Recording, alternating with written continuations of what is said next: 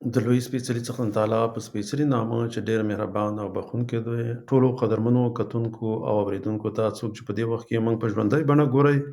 که څوک بیا موږ وروسته ګورئ، ټولو ته ډېر زیات سلامونه او درناوی د لوی افغانستان تلویزیون ته ښه راغلاست. ملګرو، نن چې در سره په کومه موضوع به خبره کوم، تاسو به خپله په دغه سرخط کې مې لیدلي چې هغه د ډیورن لاین په اړه باندې ده. خو دلته نن زما دغه د ډیورن لاین په تاریخ خبرې نه دي. دا مسله داسې ده چې ولې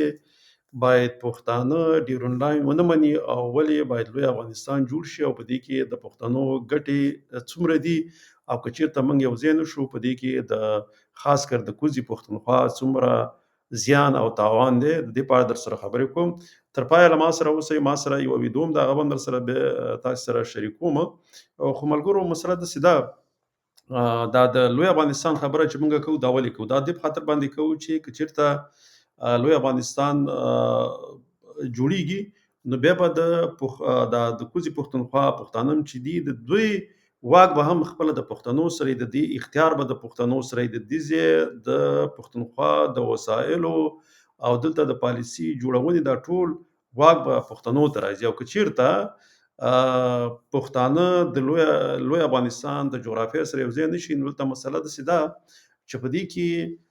د پښتنو خو ډېر تاوان دی، خو خاص کر د کوزي پښتونخوا د پښتنو ته ډېر زیان او تاوان رسیږي. هغه ځکه چې لوی قدرتونه خاص کر امریکا او دغه نور هیوادونه نه غواړي چې لوی افغانستان جوړ شي، ځکه چې هغوی غواړي چې دغه پښتونخوا د پنجاب په قبضه کې پاتې شي. ولې پاتې شي؟ ځکه دې په خاطر باندې چې کله پنجاب سره به د پښتونخوا په اړه باندې، د دې د مدنیاتو وسایلو په اړه باندې د امریکا سره کوم تړون نه کیږي، په هغې کې د پښتونخوا خلک هیڅ ګډون نه کوي، ځکه هغه فیصله به د پنجاب واکمنان کوي، او د پنجاب واکمنان کوي، نو هغې کې صرف ګټه پنجاب او امریکایانو ته ځي، او هغې کې چې دی بیا ډېره ګټه امریکا ته ځي. ولې ډېره ګټه امریکا ته ځي؟ هغه دې په خاطر باندې ځي چې پنجاب خو دغه خاورې مالک نه دی. لکه بسم الله خبره، زما ځمکه ده، په دې کې سره دي، نو که چېرته زما د ځمکې اختیار ما سره او زه د کوم تجار سره د دې په اړه باندې کوم تړون لاسلیک کوم، نو خو زه به خپلې ډېرې ګټې او منافع به پکې خپلې لټوم. خو که چېرته همدغه ځمکه زما د یو بل چا په ولکه کې او زما هیڅ واک نه، او کله هغه ورسره بیا تړون کوي، نو هغه به صرف خپله ګټه او د هغه چا سره تجار سره چې تړون کوي، د هغې د ګټو په اړوند باندې به هغه خیال ساتي. نو همدغه شانته اوس د پښتونخوا چې کوم مدنیات دي، کوم وسایل دلته دي، هغه نواز شریف یا شهباز شریف چې دی، چې اوس چې د پاکستان وزیر اعظم دی، هغه د امریکې سره د دې په اړه باندې تړون نه کوي، او هغې کې بیا پښتانه هلته هېڅ موجودیت نه لري. نو هغې کې ګټه به چا ته ځي؟ ګټه به صرف پنجاب او امریکې ته ځي. نو امریکا خپله هم لوی افغانستان نه غواړي، ځکه هغه به دې پوهېږي که چېرته لر او بر پښتانه سره یو ځای شي، نو دا به د خپل خاورې خپل اختیار به په خپل لاس کې، دلته به پالیسي هم دوی خپله جوړوي، او د دې خپلې خاورې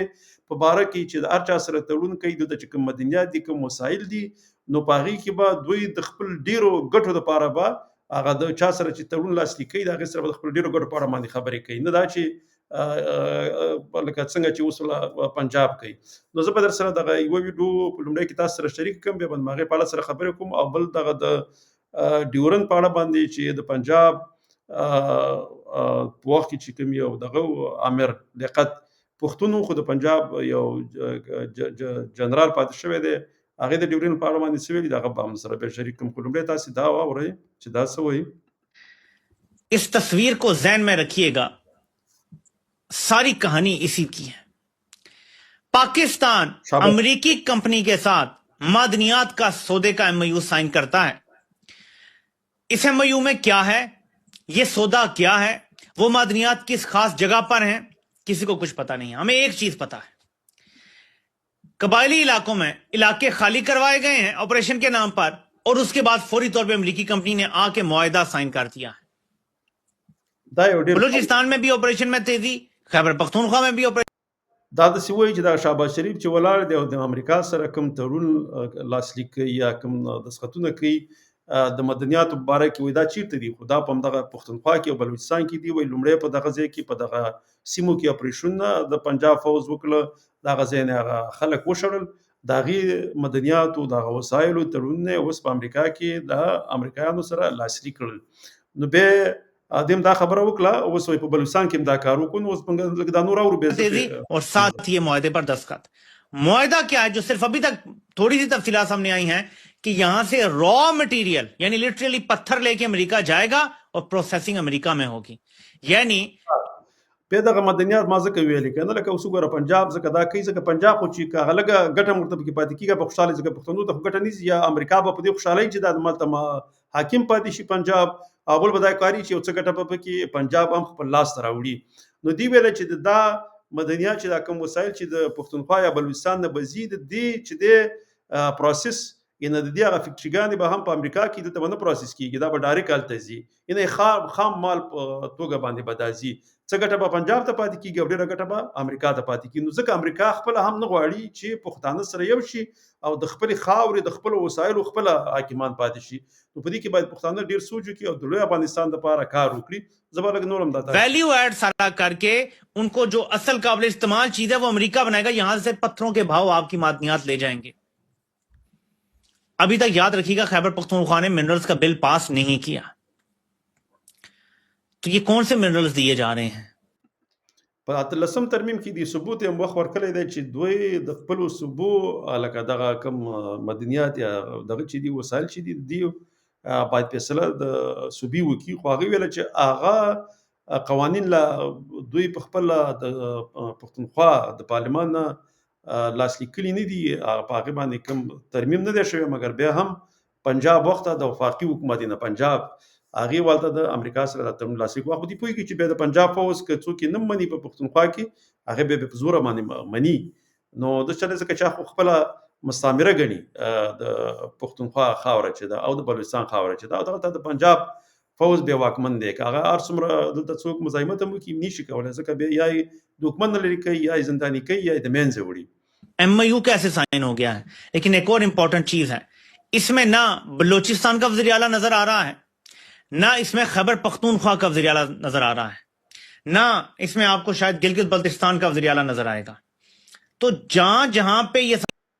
مخکې چې ما په شروع کې کوم خبرې وکړې په پیل کې نو هغه دا وزلته چې دی وای نه د پښتونخوا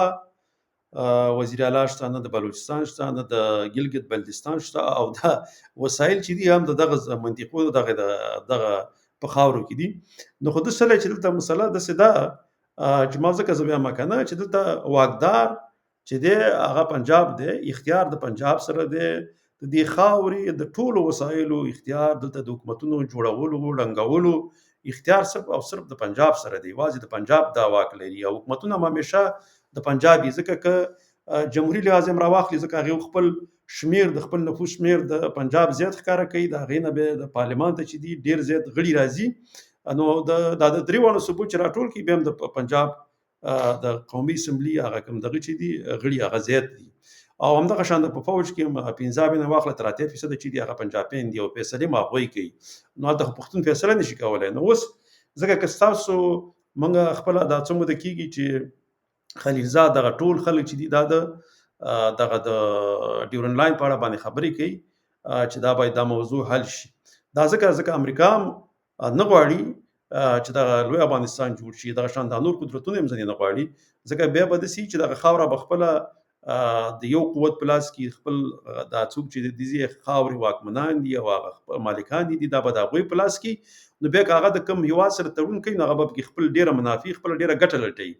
د سپاسانه به نه خرڅي کوي چې د پنجاب په واکداري کې نو پنجاب خو به اسیم د خاوري ابو دی پوي چې خاور زمانه ده او هر رقم چې دی زبر د بل هیواد سره کدي باره کې کوم تړون کوم نو ډیره ګټه به هغه هیواد سره کورم کوم خو بیا ماته کې وسره رسیږي ځکه چې بیا دغه وسایل او دغه چې دي د پنجاب نه دي نو دغه مسله و زبا هغه ما سره دغه بل وی دوم صفه په تاسو سره زلګه شریک کوم به زده سې کوم چې بل ورځ به پاغه باندې وځه پوره خبره کوم خو دغه ته چې دی دغه چې یو سرته کډرګه چې هغه زو صغار راتکار یو دغه دی کښتا 50 کې دا به په تیرا کې د پاکستان ګورنمنت جوړ کا افغانستان د 1950 کې تیرا کې د مرزا فقیر پیلان ٹھیک شو او په 1950 کې شپږ زره افغان ټروپس رااله او په پاکستان حمله وکړه په 1950 کې شپږ زره 6000 په کومه علاقه باندې دا په غالبا تیرا په تیرا باندې حمله او وکړه. and they were pushed back after 5 days of war. 15 ورځې جنگ شو غنه پس push back کړو. خدا په 1950 کې دیو د سوي کنه چې پښتونخوا پښتونستان هلته جوړ کړو او به په وخت کې وي به شپږ زره افغانان هم راغلي او به دا وشړل شول. په وخت کې هم د پاکستان د فوز مشر چې هغه هم انګريزو لا خپل پنجابي شوی نو واګداري بیا هم د انګريزانو په لاس کې او هغه نو غوښتل چې بیا افغانستان جوړ شي ځکه یو خو هغه ولته بفر سټیټ غوښتل هغه غوښتل چې وخت کې به روسان دلته راځي او بیا به دوی مرستې کوي چې بیا روسان دغه په افغانستان کې شکست وخوري نو هغه په خاطر باندې دغه بفر سټیټ لپاره هغه دغه منطقي په کار وي نو د افغانستان په وخت کې هغه همین نیو نو د خاطر باندې نه غوښتل چې په هیڅ صورت کې لوی افغانستان جوړ شي او پښتانه د خپل خاورې خپل واکمنان شي نو دغه مسله و بیا دی وی چې په باجوړ کې هم پښتنو راغلي او تقریبا 15,000 چې پاره کې ولسی لخرم او باجوړ تراخله او هغه بریلی نشو نو به ته بیلار به دوی به کنه چې د بټو په وخت کې لکه د جنرال چې خبرې کړي خو زه به روسه په بل ورځ باندې په دې باندې مفصل خبرې کوي به د بټو په وخت کې هم دلته چې دی به ته بټو غختل چې په افغانستان کې لاسونه وکړي نو به ځنې جهادي ډلې دلته جوړې کړې په وخت کې د داوود حکومت او سردار داوود حکومت نو دوی په وخت کې به ته افغانستان کې لاسونه کوله سیده ک افغانستان لاسونه کوله د خود افغانان وخت جوړېدو ځکه چې پاکستان د افغانستان په خاور باندې جوړ شو او هغه خپل خاور د آزادولو او خپلواکۍ په خاطر به ته د افغانستان په خاطر باندې هغه کوښښ کوي چې خپل خاور به تلاش راوړي نو دلته به د پښتونخوا ځنې خلک یا ګوندونو هم دا کوښښ کوي چې د خاور خپلواک شي او به ته د افغانستان برخه جوړ شي نو زه دغه وخت کې د غزنی افغانانو ته ویم چې تاسو خپل پویدل چې د خپل د انګریز قانون دی او تاسو به په وخت کې تللی چې الته افغانستان دا کوښښ کوي چې لوی افغانستان جوړ کړي او تاسو خرچ لې په پنجاب باندې او په وخت کې تاسو لاړی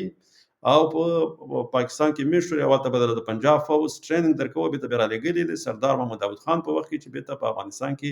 تاسو جګړه وکړئ نامني جوړ کړی چې د لوی افغانستان مسله امدسي پاتې شي